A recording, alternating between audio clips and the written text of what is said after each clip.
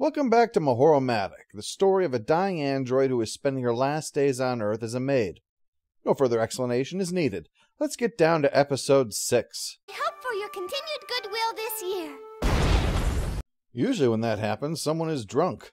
And on top of all that, this is our very first New Year's together. And so, let's promise ourselves to work hard in the coming year! Hard? I'm so sorry. That too. Now that we've performed the traditional New Year's flattening of the eggs, the others show up, including Miss Shikijo, to go to the temple where she wishes for a shot at Suguru and Mahoro wishes for big tits. Upon overhearing the others' prayers, things get heated, words are said, and cleavage is bared. Just look at those baggy CG polygon-looking unnatural boobs! You mean these? They look like CG? You call these polygons? I'm not jealous of your boobs at all! Exact same thing happens at my church. One obstacle remains for me in understanding all of this. Not knowing Japanese culture, like, say, ladies making martinis that then dispense slips of paper. Luck duel! Super lucky! Explosively! One more time! The 4, the 6, and the 3.4. That's number wang. We like those decimals, Julie. Simon? I'd like the root 14 and the 12. That's number wang. Round 3. In the face of this, Suguru joins Chiziko over at the vendor, while Hamaguchi takes Minawa for a walk around the fair, or whatever this is. The other three are trying their best to help him, but it's an uphill climb for him at the best of times. Today, it's more like Hamburger Hill. Let's get back to the challenge. Nothing says New Year's like pounding rice cake. If you say so. Everything sounds familiar and yet odd. It's like someone just slipped into conversation, and I'll be back in 5 of your Earth minutes.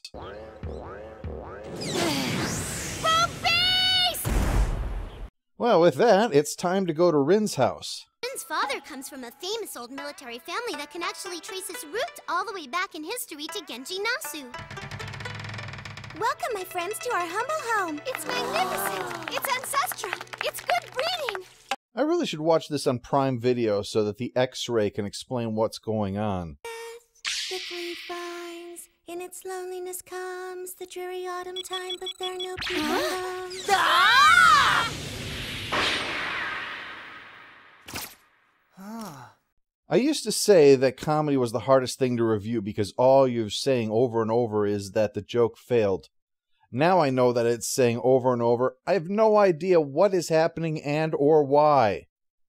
After destroying much of the family's antiques, fully insured, Rin assures us, and dropping Minawa into the koi pond, we get back to... Got it! Take that!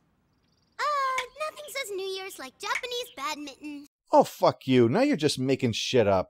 After the reoccurring theme of pedophilia versus boob envy leading to Minawa getting hurt and something being broken, we wind up with an orange bath, various brushes with nudity, and since this is Japan, kaiju.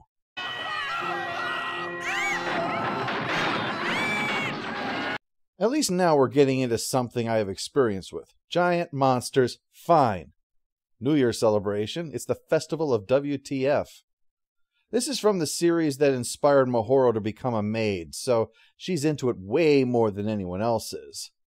But not to worry, Suguru, Chiziko's got something for you too. A special New Year's porno mag. Chiziko is a weird yet awesome friend if she hunts down rare nude picture books for guy friends. Or maybe this is another New Year's tradition in Japan, in which case I am fully in favor of importing it to America. Chiziko also pops in when Mahoro makes curry, going off on its perfection for damn close to 2 minutes straight. One thing I finally learned is that this was not something made up for Chiziko. No, this is actually an anime trope to have some kind of over-the-top reaction to food that includes strange symbolism representing what eating the food is like. In fact, I was shown several other examples. I've picked out this one on the grounds that it kind of fits today's theme. Go away! Get away from me! Stay away, you little freaks! Ah!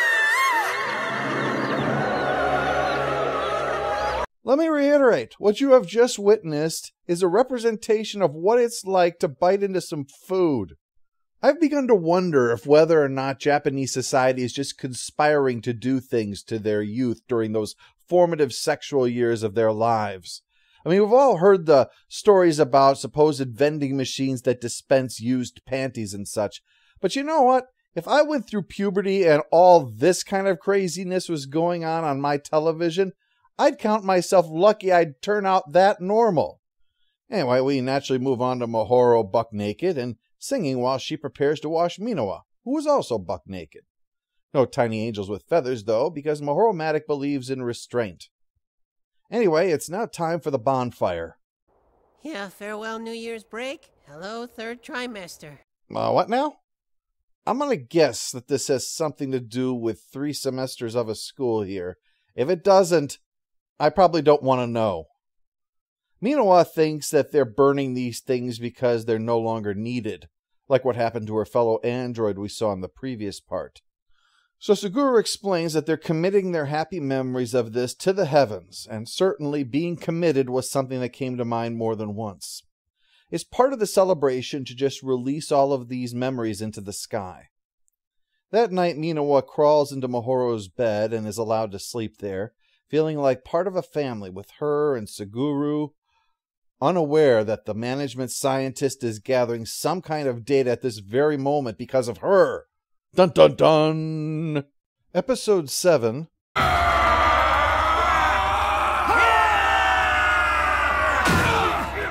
This guy is talking about the Hideum Dark Martial Arts Festival, the day of the year when people have carte blanche to beat the shit out of each other. Suguru is looking forward to it. Apparently there are rules now, so it hasn't turned into the purge out there. But Mahoro doesn't care. She gives him the business, making clear he is not to attend the Festival of Ass-whuppin. He heads to his room to do some responsible things, overt wink. But when she arrives with dinner, he slipped out the window. He left her a note explaining that if he doesn't go out tonight, he'll be branded a coward. Well, she does not take his defiance well and heads out with Minowa, where she sees the contest is playing out. Seems they only use foam weapons, though, and have to wear a flower on their head. If the flower is broken, you're out. The goal is to get to the shrine before the bell tolls. So, there's definitely no purging going on here. Ryuga is kicking ass, actually, as much as a foam weapon allows anyway, until he is shocked to see that Sarah has come down from Saint Ship in orbit to join in, crying at his rebuke because he gets to engage in this strange and wondrous activity while she is stuck with the task of psych! Don't judge me. You weren't there. You weren't there with their foam swords. I tell you, the first casualty in Hideo Dark Martial Arts is your innocence. She soon discovers her mistake as guys who were staying away from Ryuga now try to jump her, only for Ryuga to cheat and fight in her place. I can't comment on this further because I, seriously, have the voice of Worf stuck in my head saying, "He is without honor," every time I try to think of what I should say. So let's just move on. As for Mahoro, she impresses the 3 dudes who know her by besting them all at once. And Suguru impresses the guy who's been training him for years by finally beating him, although the guy didn't have a weapon, so, your mileage may vary. Although, then again, you may want to count the brass balls of this guy showing up without a weapon. I'll tell you what.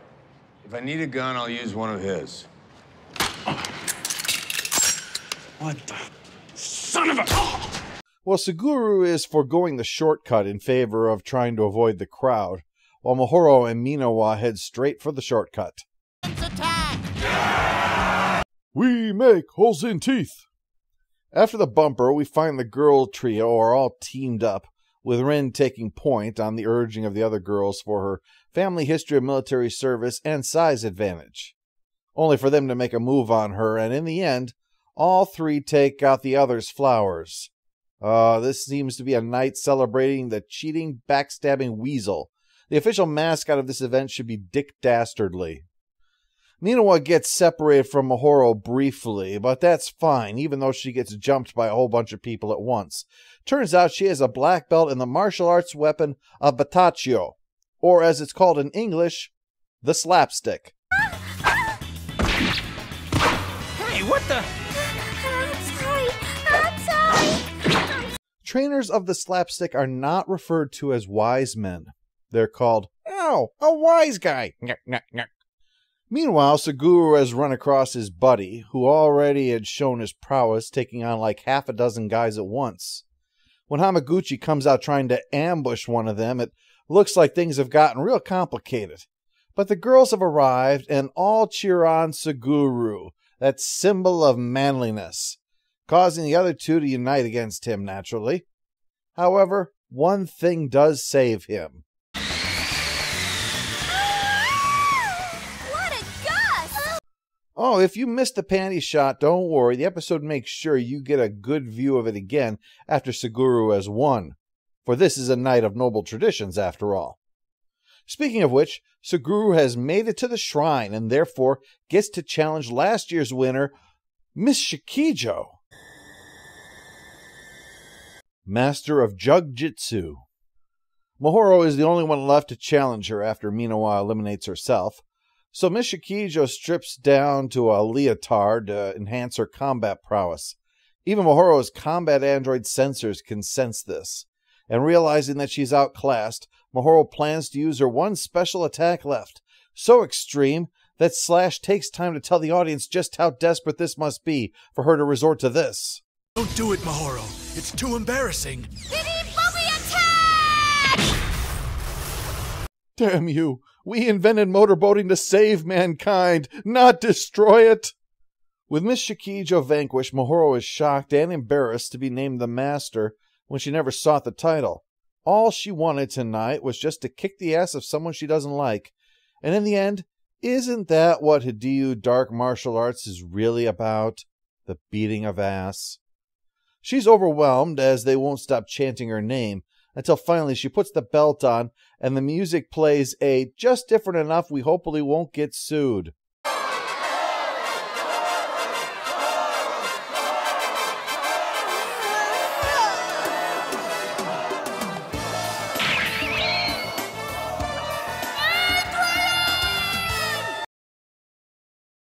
Episode 8 starts out with some serious business, that Saint's fleet is continuing to grow, and fast, while management has been gearing up for war. Well, this is all important stuff, but they decide not to tell Leader about it just yet.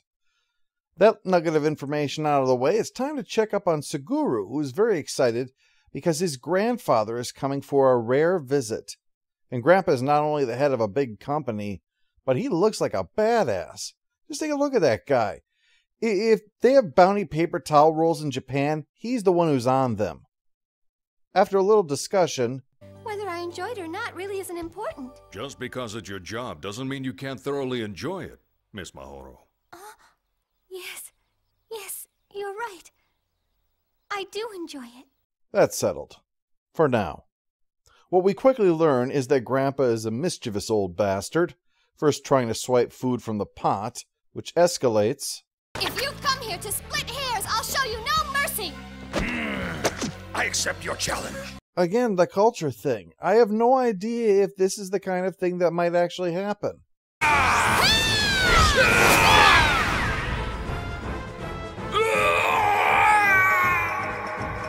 This too, is this normal? Is this not normal? I mean, I get it, we're all different. I'm sure they would be just as confused if they came to Wisconsin and watched the catfish races. Well, this face plant prompts a flashback where he talks of being abandoned as a baby, pulling himself up by his own bootstraps after swearing an oath, until the day he realized that he was a man of wealth and power, yes, but surrounded by, well, yes men.